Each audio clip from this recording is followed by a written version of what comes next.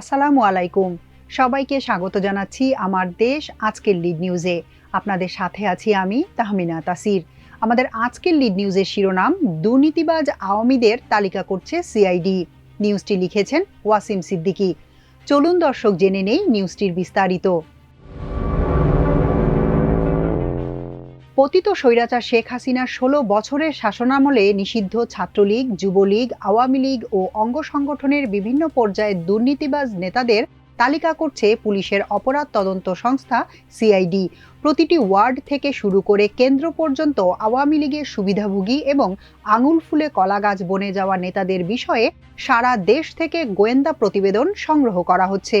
চাঁদাবাজি, টেন্ডারবাজি, মাদক কারবার, তদবির বাণিজ্য, পদ বাণিজ্যের মাধ্যমে যারা বিপুল সম্পদের মালিক হয়েছেন তাদের তালিকা তৈরির কাজ অনেক দূর এগিয়েছে বলে সিআইডি সূত্রে জানা গেছে। সূত্র জানায়, দুর্নীতির মাধ্যমে অর্থবিত্ত গড়ে তোলা এসব নেতার নামে মামলা করা হবে। যথাযথ প্রক্রিয়া অনুযায়ী আদালতের মাধ্যমে স্থাবর অস্থাবর সম্পত্তি ক্রোক এবং ব্যাংক হিসাব জব্দ করা হবে। সুনির্দিষ্ট তথ্যের ভিত্তিতে গ্রেফতারে অভিযান চালানো হবে। ইতোমধ্যে অনেককে আইনের আওতায় নিয়ে আসার প্রক্রিয়া শুরু হয়েছে। সুনির্দিষ্ট অপরাধে গ্রেফতারও হয়েছেন অনেকেই। এক্ষেত্রে অভিযুক্তদের সাজা হতে পারে সর্বনিম্ন ৮ বছর থেকে সর্বোচ্চ ১২ বছর পর্যন্ত জেল। তবে কোনোভাবেই নিরপরাধ কেউ যেন হয়রানির শিকার না হন সে ব্যাপারে সতর্কতা অবলম্বন করা হবে বলে জানানো হয়েছে। ২ মাস ধরে নিষিদ্ধ ছাত্রলীগ, পতিত আওয়ামী লীগ ও সহযোগী সংগঠনের নেতাকর্মীরা মাঝে মধ্যে ঝটিকা মিছিল বের করছেন। রাজধানী ঢাকা, চট্টগ্রাম, খুলনা সহ বিভিন্ন স্থানে মিছিল হচ্ছে। নেতাকর্মীদের সক্রিয় করে মাঠে নামানোর চেষ্টা চালাচ্ছেন আওয়ামী লীগের পলাতক নেতারা।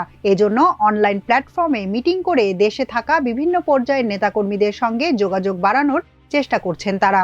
মাঝে মধ্যে ক্ষমতাচ্যুত প্রধানমন্ত্রী শেখ হাসিনা অডিও মিটিং করে নেতাকর্মীদের চরম মাত্রায় উস্কানি দিচ্ছেন। ১৬ বছরের লুটপাটের মাধ্যমে অর্জিত টাকা খরচ করে সরকার ও দেশবিরোধী চক্রান্তে আটঘাট বেঁধে মাঠে নেমেছেন আওয়ামী লীগ ও তাদের দোসররা। ইতোমধ্যে রাজধানীর গুলশানে গ্রেফতার হওয়া ৪ জনের কাছ থেকে আইনশৃঙ্খলা বাহিনী তথ্য পেয়েছে সরকার বিরোধী মিছিল করানোর জন্য কারা কারা টাকা দিচ্ছেন। এক্ষেত্রে রহস্যময় এক নারীকে খোঁজা হচ্ছে। গোয়েন্দারা জানতে পেরেছেন খুলনায় একজন আইনজীবী টাকা ঢালছেন আওয়ামী লীগের মিছিল সহ পুনর্গঠনের জন্য। এভাবে সারা দেশে অনেকের বিষয়ে তথ্য পাওয়ার পর সরকারের উচ্চ পর্যায়ে বিষয়টি আলোচনা হয়। শেখ হাসিনা ভারতে বসে বাংলাদেশ বিরোধী উস্কানি দিচ্ছেন, সাম্প্রদায়িক কার্ড খেলার চেষ্টা করছেন। শেখ হাসিনাকে থামানোর জন্য অন্তর্বর্তী সরকারের তরফ থেকে ভারতের কাছে বার্তা পাঠানো হলে নরেন্দ্র মোদী জানিয়ে দিয়েছেন শেখ হাসিনাকে থামানো সম্ভব নয়। সূত্র বলছে, সার্বিক বিষয় পর্যালোচনা করে নীতি নির্ধারকরা আওয়ামী লীগকে থামানোর উপায় খুঁজছিলেন। এর পরিপ্রেক্ষিতে সিআইডির পক্ষ থেকে আইনের আওতায় এ বিষয়ে সুনির্দিষ্ট কিছু পরিকল্পনা দেয়া হয়। এতে সংশ্লিষ্ট মহলের সায় মিলেছে। সবুজ সংকেত পাওয়ায় কাজে নেমে পড়েছে সংস্থাটি। অবৈধভাবে অর্জিত টাকা খরচ করে দেশের পাশাপাশি বিদেশেও নানা ধরনের ষড়যন্ত্র করে যাচ্ছে ফ্যাসিস্টের দোসররা। দেশে অনেকটা ফুরফুরে মেজাজে থাকা আওয়ামী লীগ ও দলটির সহযোগী সংগঠনের নেতাকর্মীরা সামাজিক যোগাযোগ মাধ্যমে বিভিন্ন মিথ্যা ও উস্কানিমূলক স্ট্যাটাস দিচ্ছেন। শেয়ার করা হচ্ছে সরকার, বিএনপি, জামায়াত ও বিএনপি সহ জুলাই বিপ্লবে প্রত্যক্ষ ও পরোক্ষভাবে অংশ নেয়া অংশীজনদের নামে ভুয়া অনেক ভিডিও। উস্কানিমূলক ও ঘৃণাসূচক নানা ধরনের মন্তব্য করে যাচ্ছেন অহরহ। ১৬ বছরে সব ধরনের অন্যায়, জুলুম, নির্যাতন করার পরও অবৈধভাবে অর্জিত বিপুল ধন সম্পদ নিয়ে রীতিমতো সরকার উৎখাত এবং শেখ হাসিনাকে ফিরিয়ে আনার জন্য মরিয়া হয়ে উঠেছেন তারা। সূত্র বলছে, আওয়ামী লীগকে নির্বাহী আদেশে নিষিদ্ধ করতে চায় না সরকার। সরকার ও বিপ্লবের অংশীদার দলগুলোর এই মহানুভবতার সুযোগে আবারও ফিরে আসার স্বপ্নে বিভোর ফ্যাসিস্টরা। মানি লন্ডারিং বিধিমালা ২০১৯ অনুযায়ী ২৪ অপরাধে সম্পৃক্তদের বিরুদ্ধে ব্যবস্থা নেয়ার এখতিয়ার রয়েছে পুলিশের অপরাধ তদন্ত বিভাগের। আইন অনুযায়ী অনুসন্ধানকালীন আদালতের আদেশে স্থাবর অস্থাবর সম্পত্তি ক্রোক করা যায়। এ বিষয়টিকে অগ্রাধিকার দেয়া হচ্ছে।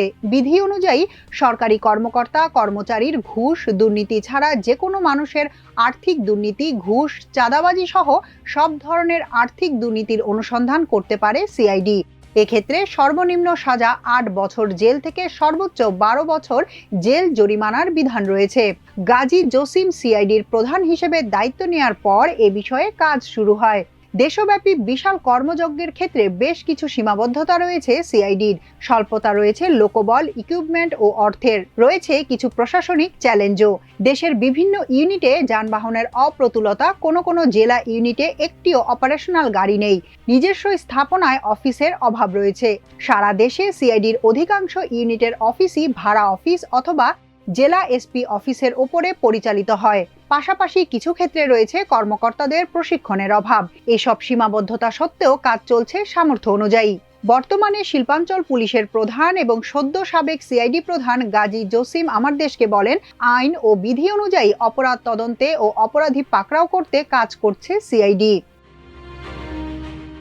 এখনকার মতো এ পর্যন্তই। প্রিয় দর্শক, সবাই ভালো থাকুন, সুস্থ থাকুন আমার দেশের সঙ্গে। চ্যানেলটি ভালো লাগলে সাবস্ক্রাইব করুন, লাইক, শেয়ার ও ফলো করুন আমাদের ফেসবুক পেজ। আল্লাহ হাফেজ।